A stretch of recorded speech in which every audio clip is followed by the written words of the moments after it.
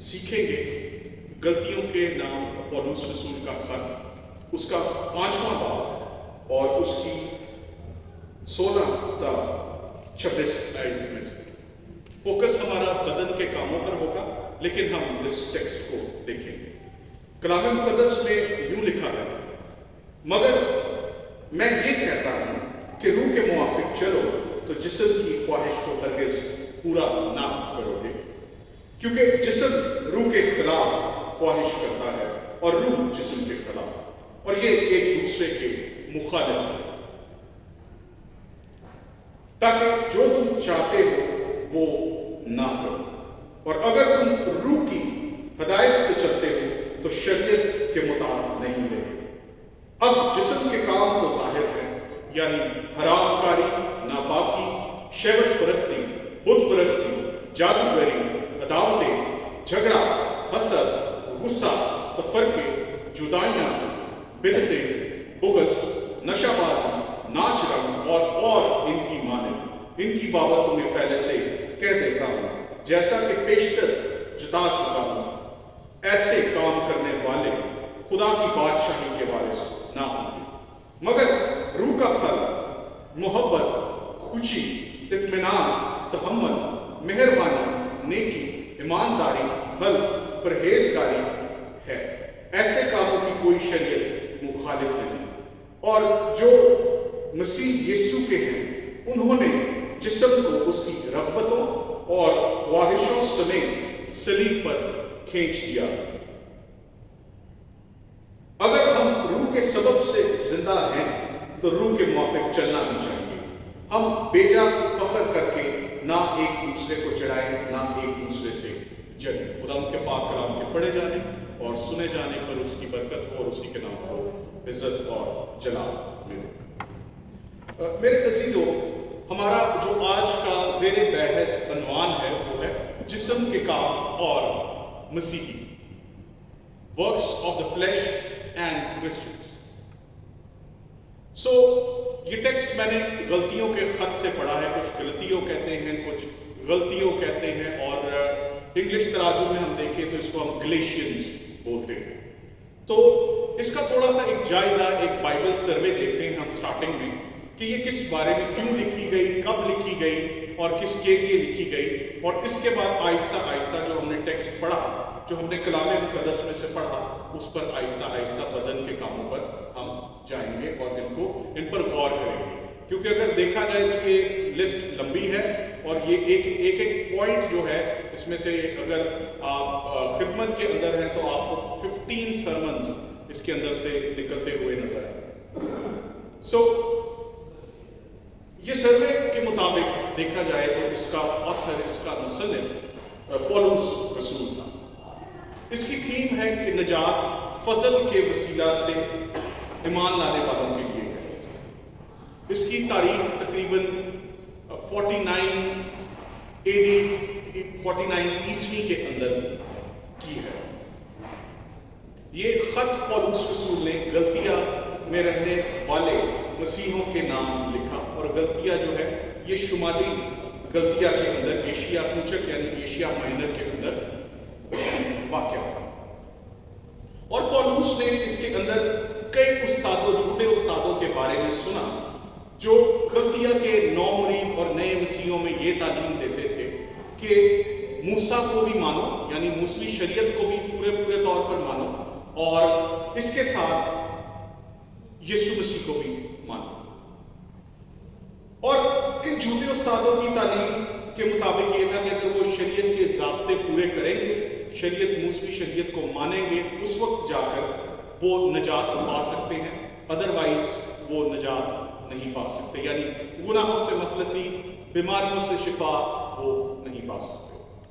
پھر ہم مزید دیکھتے ہیں کہ یہ وجہ ہے جس کی وجہ سے پولس نے غلطیہ کی کلیسیا کو یہ خط لکھا، ان کو مضبوط کیا، ان کو ایک انڈرسٹینڈنگ، ان کو یہ سمجھ بخشی۔ اب ہوا کیا کہ جو غلطیہ میں جھوٹے استاد تھے انہوں نے پولس رسول کی جتنی بھی ساری خدمت تھی اس پر سوال اٹھانے شروع کر دیے کہ یہ تو رسول کے لانے کے لائق نہیں ہے، کیونکہ یہ یسوع مسیح کے پرائمری 12 شاگردوں میں سے نہیں۔ پھر اس کے بعد انہوں نے ایک اور دعویٰ اس کے اگینسٹ کیا کہ جو تعلیم رسول یروشلم میں دیتے ہیں اس سے ہٹ کر پولس رسول تعلیم دیتا ہے، جبکہ کلام اس کی ٹوٹلی نفی کرتا ہے، کیونکہ پولس رسول جو ہے وہ شریعت کے اندر ماہر تھا اور گملیل کا بیسٹ اسٹوڈنٹ کنسیڈر کیا جاتا تھا۔ پھر ہم اس چیز کو بھی دیکھتے ہیں کہ اس کے اندر جو دعویٰ کرنے والے تھے جو پولس رسول کے اگینسٹ تھے، وہ کہتے تھے کہ یہ جو پولس فضل کی، خدا کے رحم کی، انمیریٹڈ فیور کی تعلیم دیتا ہے، اس سے ایماندار جو ہیں وہ بے پرواہی کا شکار ہو جائیں گے، وہ لاپرواہ بن جائیں گے، کیونکہ انہیں پتہ ہے کہ جی فضل ہو گیا، اب کچھ ضرورت نہیں۔ لیکن پولس رسول گوسپل یعنی اعمال کی شریعت کے بارے میں ذکر نہیں کرتا کہ آپ اعمال کرتے جائیں، نیک اعمال کرتے جائیں تو آپ جو ہے نجات پائیں گے۔ پولس رسول خدا کے فضل کی، خدا کے رحم کی بات کرتا ہے، جو کہ انسان کی طرف سے نہیں بلکہ خدا کی طرف سے ہے، اور فضل جو ہے اور جو سچائی ہے بائبل کہتی ہے کہ وہ ہمیں خدا یسوع مسیح کی طرف سے ملا ہے۔ موسیٰ سے ہمیں شریعت ملی، موسیٰ کی شریعت بھی اتنی ہی الہامی ہے جتنی الہامی ہے۔ پھر ہم دیکھتے ہیں کہ اب پولس رسول نے اس خط میں کن چیزوں کو ڈیل کرنے کی کوشش کی۔ پولس رسول نے سب سے پہلا سوال جو انہوں نے اس کی اتھارٹی پر، اس کی اسپرچول اتھارٹی پر اٹھایا، پولس نے اس خط میں اس کو ڈیل کیا، اور اس میں اس نے بیان کیا کہ یہ اس کی کالنگ، اس کا بلاوا، اس کی اسپرچول اتھارٹی، اس کا روحانی اختیار یسوع مسیح کی طرف سے ہے۔ جب پولس رسول ساؤل کے نام سے جانا جاتا تھا، ساؤل آف ٹارسس کے نام سے جانا جاتا تھا، اس وقت پر یہ دمشق کی راہ پر جا رہا تھا تاکہ کلیسیا کو ستائے۔ اعمال کی کتاب میں اس کا ذکر ملتا ہے، اور خدا یسوع مسیح اس پر ظاہر ہوا اور اس نے کہا کہ اے پولس تو مجھے کیوں ستاتا ہے؟ تو اس وقت پولس کو یسوع مسیح کا انکاؤنٹر ہوا۔ اگر ہم پولس کے دوسرے خط پڑھیں تو وہاں پر لکھا ہے کہ میں ادھورے دنوں کی پیدائش ہوں لیکن مجھ پر بھی مسیح ظاہر ہوا۔ جہاں پر ہمیں 500 لوگوں کا ملتا ہے کہ یسوع مسیح جی اٹھے اور 500 لوگوں کو دکھائی دیے مختلف جگہوں پر، واقعات پر، تو وہاں پر پولس رسول اس چیز کا ذکر کرتا ہے۔ پھر اس نے اس بات کا بھی ذکر کیا کہ اس کی اسپرچول اتھارٹی، اس کے روحانی اختیار کی تصدیق جو یسوع مسیح کا جسمانی بھائی جو مقدسہ مریم اور یوسف سے تھا، اس کے اندر یعقوب وہ اور یوحنا اور پطرس رسول، یہ لوگ اس کی خدمت کی تصدیق کرتے ہیں۔ پھر اس کے بعد پولس رسول نے کھلے عام اپنے اس خط میں دفاع کیا، کس چیز کا؟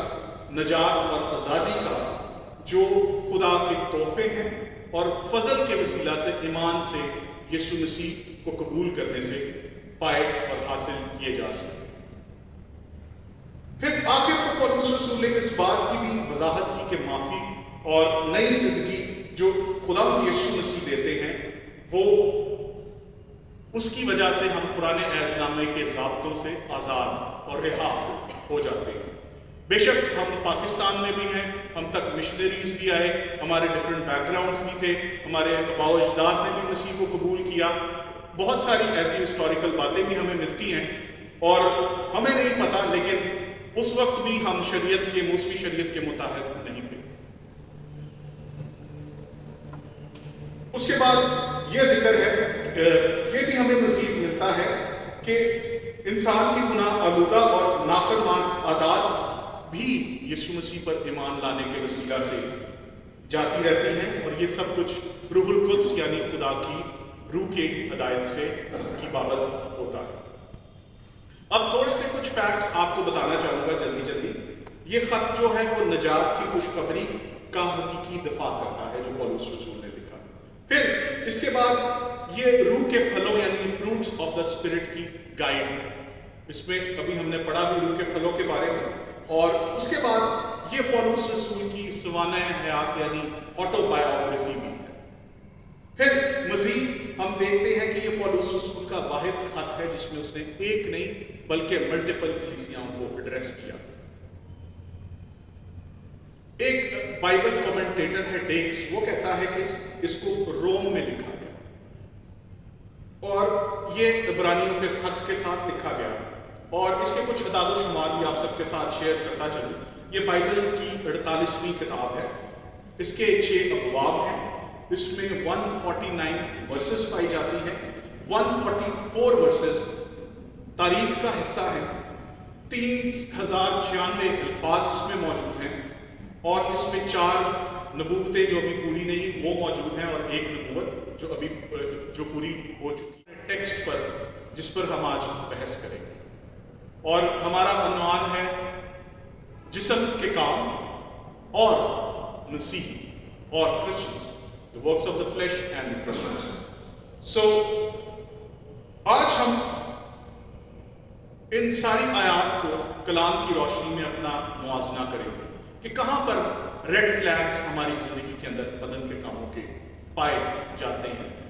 جیسے کلام میں لکھا ہے کہ کہلاتا تو زندہ ہے پر ہے مردہ، تیرے کام مردہ ہے، تیری باتیں مردہ ہے۔ تو آج ہم موازنہ کریں گے اور پھر ہم بائبل میں سے ہی اس کا حل کو ڈھونڈیں گے کہ اس کے اندر سلوشن کیا ہے، کیسے ہم ان سے آزاد ہو سکتے ہیں، اور کیسے ہم اس فریڈم میں جو مسیح یسوع نے ہمیں دے رکھا ہے اس میں کیسے زندگی بسر کر سکتے ہیں۔ اس ٹاپک پر بہت ساری کتابیں بھی لکھی گئی ہیں، بہت ساری کوٹس بھی، بہت سارے اقوال بھی آپ کو بہت سارے عالموں کے ملیں گے، ریسرچ پیپرز بھی ملیں گے، میگزینز بھی ملیں گے، ویب سائٹس بھی ملیں گی، بلاگز بھی ملیں گے، لیکن مٹیریل بہت ملے گا، کلام سنانے والے بہت ملیں گے، لیکن اس پر عمل کرنے والے آپ کو بہت کم مقدار میں ملیں گے۔ اب ہم ٹیکسٹ پر تھوڑا سا دوبارہ جاتے ہیں۔ کلام مقدس میں لکھا ہے اب جسم کے کام تو ظاہر ہے، یعنی یہ وہ کام نہیں ہے جو ہم جسمانی طور پر کرتے ہیں، یہ وہ نہیں ہے کہ جو ہم روزانہ کے طور پر روزمرہ کام کرتے ہیں، یہ وہ جسم کے کام نہیں ہیں، یہ باطن کے کام ہیں جو ہمارے اندر ہیں۔ خدا یسوع مسیح نے کہا کہ جو چیز جو انسان کھاتا ہے وہ اس کو جو انسان کھاتا اور اگلتا ہے اس سے جو کھاتا ہے اس سے وہ انسان ناپاک نہیں کرتی کوئی چیز۔ آدمی کے دل سے جو بری تدبیریں، خیال، جدائیاں، تفرقے، جھگڑے، یہ چیزیں ہیں، یہ انسان کو ناپاک کرتی ہیں۔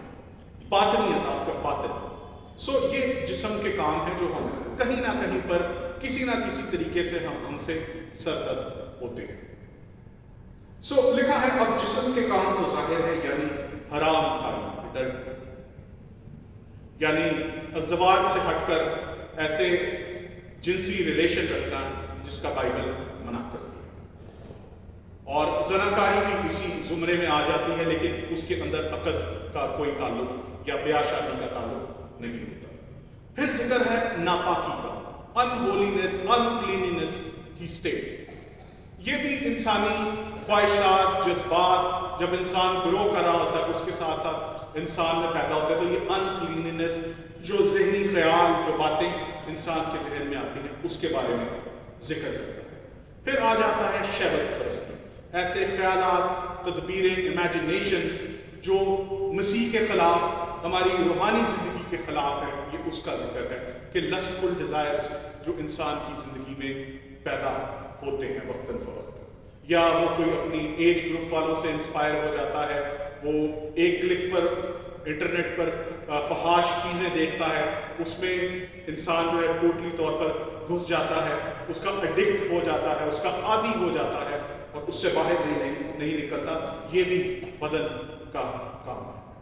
پھر ذکر ہے بت پرستی۔ پولس رسول بڑی پیاری بات کرتے ہیں، واقعی ہی ایک تو مٹی کی بنائی ہوئی مورت ہوتی ہے، کارونگز ہوتی ہیں، امیجز ہوتے ہیں، لیکن پولس رسول ایک اور بھی بڑی اچھی ڈیفینیشن بیان کرتے ہیں، جو چیز یا کوئی ایسی چیز جسے ہم خدا سے زیادہ پیار کریں وہ بت ہے۔ آپ کے بچے بھی، دولت بھی آپ کا بت ہو سکتے ہیں۔ بت پرستی کا ذکر کیا گیا ہے، اور بہت سارے آپ کو اسٹیچیوز بھی ملتے ہیں ظاہری طور پر، اور لوگ ایسے بھی تصور کرتے ہیں کہ ان اسٹیچیوز کی بیک پر ایک سوراخ ہوتا ہے، جب ہم ان سے دعا مانگتے ہیں وہ ان کی اسپرٹ اس میں گھستی ہے اور وہ ہماری دعا سنتی ہے۔ یہ سب غلط چیزیں ہیں اور بائبل اس کے ٹوٹلی خلاف۔ پھر ذکر کرتی ہے جادوگری۔ بہت سے لوگ جب ان کو بیماریوں سے شفا نہیں ہوتی، بہت سے لوگ جب وہ ان کے اپنے مر جاتے ہیں، تب وہ ان چیزوں میں، ان پریکٹسز میں انوالو ہونے کی کوشش کرتے ہیں، جادوگری کے اوپر۔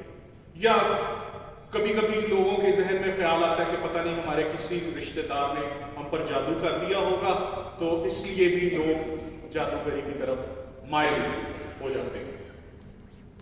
بابوں کے پاس جاتے ہیں، پیروں کے پاس جاتے ہیں، فقیروں کے پاس جاتے ہیں۔ اس کے علاوہ اور بھی بہت سارے جو یہ بستیوں کے اندر لوگ ہوتے ہیں، صفائی کا کام کر رہے ہوتے ہیں، وہ بھی بابے بنے بیٹھے ہوتے ہیں، ان کے پاس بھی جاتے ہیں اور چاہتے کیا ہیں کہ انہیں کسی طرح سے ان کی بیماری، ان کی مصیبت کا حل انہیں مل جائے، چاہے وہ جائز طریقے سے ہو چاہے وہ ناجائز طریقے سے ہو، انہیں صرف حل چاہیے، اور وہ جادوگری کے اندر مبتلا ہوتے ہیں۔ تویز، دھاگے، گنڈا، مسام، ٹونے، ہر چیز کو وہ پریکٹس کرتے ہیں، جس کی وجہ سے ان کی زندگیوں کے اندر ابلیس کام کرتا چلا جاتا ہے، بدروہیں کام کرتی چلی جاتی ہیں۔ پھر اس کے بعد ذکر کرتا ہے عداوتیں، ڈویژنز۔ عداوت رکھنی ہو نا کسی سے بھی، کوئی بھی بات کا کوئی بھی طریقہ نکال۔ پھر لکھا ہے جھگڑا، زبردستی ہر بات پر ذہنی سکون نہ ہونا، ذہن میں ہر ٹائم ٹینشن رہنا، گھر میں لڑائی جھگڑے، یاروں دوستوں میں لڑائی جھگڑے، آفیسز میں لڑائی جھگڑے، محلے میں لڑائی جھگڑے، یہ ساری چیزیں کیا ہے، یہ بھی بدن کے کام ہے۔ ہر ٹائم پیس میں نہ رہنا، آپ کا ذہن سکون میں نہیں، آپ ہر ٹائم لڑتے ہیں۔ پھر اس کے بعد ذکر ہے حسد کا، جیلسی کا۔ یہ تو بہت کامن ہے، کسی کو خدا برکت دے تو ہم کمپیئر کرنے لگ جاتے ہیں، اپنی ان برکات کو بھول جاتے ہیں جو خدا نے ہمیں پہلے سے دے رکھی ہیں، یعنی اولاد، یعنی اور جتنی بھی برکات ہے خدا نے، روپیہ، پیسہ، بینک بیلنس، ایک ایک چیز، اگر کسی کو آپ سے کوئی ڈفرینٹ چیز مل جائے تو ہم کہیں نہ کہیں پر حسد شروع کر دیتے ہیں۔ اس کے بعد ذکر کیا گیا ہے غصے کا۔ بائبل کہتی ہے غصہ تو کرو پر گناہ نہ کرو، سورج کے غروب ہونے سے پہلے تمہاری خفگی جاتی رہے۔ اب جو انگلش ترجمہ ہے نا غصے کا، اس کو کیا گیا فٹس آف اینگر، یعنی غصے کے دورے پر۔ یہ ترجمہ بہت ہیوی قسم کا ہے کہ غصے کے دورے پڑنا، اور ہر ٹائم جھگڑے میں اگر کسی نے ہلکی سے مجھے بات کی ہے تو ایک دم سے شروع ہو جانا، لڑائی جھگڑا شروع کر دینا، اپنی طبیعت کے خلاف کوئی بات کو سن لینا، تب لڑائی جھگڑے کرنے شروع کر دینے، ان ساری چیزوں کا، یہ سب چیزیں جو ہیں یہ غصے کے انڈر آتی ہیں۔ پھر تفرقے جو کریٹ کیے جاتے ہیں، بنائے جاتے ہیں، کیونکہ مفادات کی گیم ہوتی ہے، کہیں نہ کہیں پر کوئی نہ کوئی بات ہوتی ہے۔ پھر اس کے بعد ذکر کیا گیا ہے جدائیوں کا، جو تفرقوں کے باعث ہی پیدا ہوتی ہیں، ڈویژنز، ایک گیپ گھرانوں کے درمیان، یہ ساری چیزیں پیدا ہو جاتی ہیں۔ پھر اس کے بعد ذکر ہے بدعتوں۔ بدعتیں یعنی جو بائبل سے ہٹ کر تعلیم دیں، وہ ساری چیزیں جو ہیں وہ بدعت میں کنسیڈر ہوتی ہیں۔ اس کے بعد ذکر ہے بغض کا۔ ہم بہت زیادہ کبھی کبھی بغض رکھتے ہیں لوگوں کے لیے، نیگیٹو بھی بولتے ہیں۔ سو میں نے جیسے سٹارٹنگ میں کہا تھا کہ آج ہم بدن کے کاموں سے اور اپنی شخصی زندگی کا کلام کی روشنی میں موازنہ کریں گے کہ کون کون سے ریڈ فلیگز ہماری زندگی کے اندر ہیں، کہلاتے تو ہم مسیح ہیں لیکن کن چیزوں پر اور کس طرح سے ہم نے ان سے ڈیلیورنس حاصل کرنی ہے۔ پھر ذکر کیا گیا ہے بغض، اور اس کے بعد نشہ بازی۔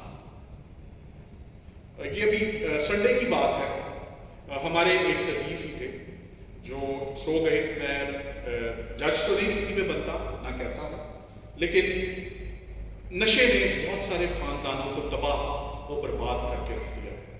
شراب نوشی نے، ویپنگ نے، جو آج کل ماڈرن فارم ہے حکے کی ویپنگ، اس نے، شیشے نے، اس کے علاوہ آپ دیکھ لیں ہیروئن نے، ڈفرینٹ قسم کے جو نشے پائے جاتے ہیں، پان نے، آپ دیکھ لیں، آپ لاہور میں بھی دیکھ لیں کتنی پان شاپس ہیں، کتنے شیشہ شاپس ہیں، ہر چیز ایک لیگلائزڈ وے میں لوگوں کو اس کا ایکسیس ہے۔